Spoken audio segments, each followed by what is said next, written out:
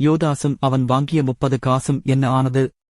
அப்பொழுது அவரைக் காட்டிக் கொடுத்த யூதாஸ் அவர் மரணாக்கினைக்குள்ளாக தீர்க்கப்பட்டதைக் கண்டு மனஸ்தாபப்பட்டு அந்த 30 வெள்ளிக்காசை பிரதான ஆசாரியரிடத்திற்கும் மூப்பரிடத்திற்கும் திரும்பக் கொண்டு வந்து, குற்றமில்லாத இரத்தத்தை நான் காட்டிக் கொடுத்ததினால் பாவஞ்செய்தேன் என்றான்.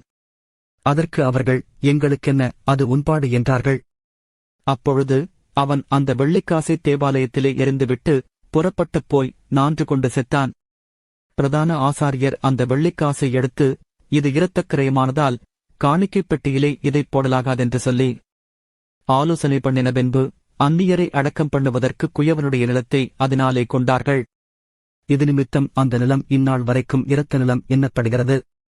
யெசபேல் புத்திரரால் மதிக்கப்பட்டவருக்கு கிரயமாகிய 30 வெள்ளிக்காசை அவர்கள் எடுத்து, கர்த்தர் எனக்கு கற்பித்தபடி குயவனுடைய நிலத்திற்காக அதைக் கொடுத்தார்கள் என்று எரேமியா தீர்க்கதரிசியால் உரைக்கப்பட்டது அப்பொழுது நிறைவேறிற்று. மத்தேயு 27 அதிகாரம் 3 முதல் 10 வசனங்கள் வரை.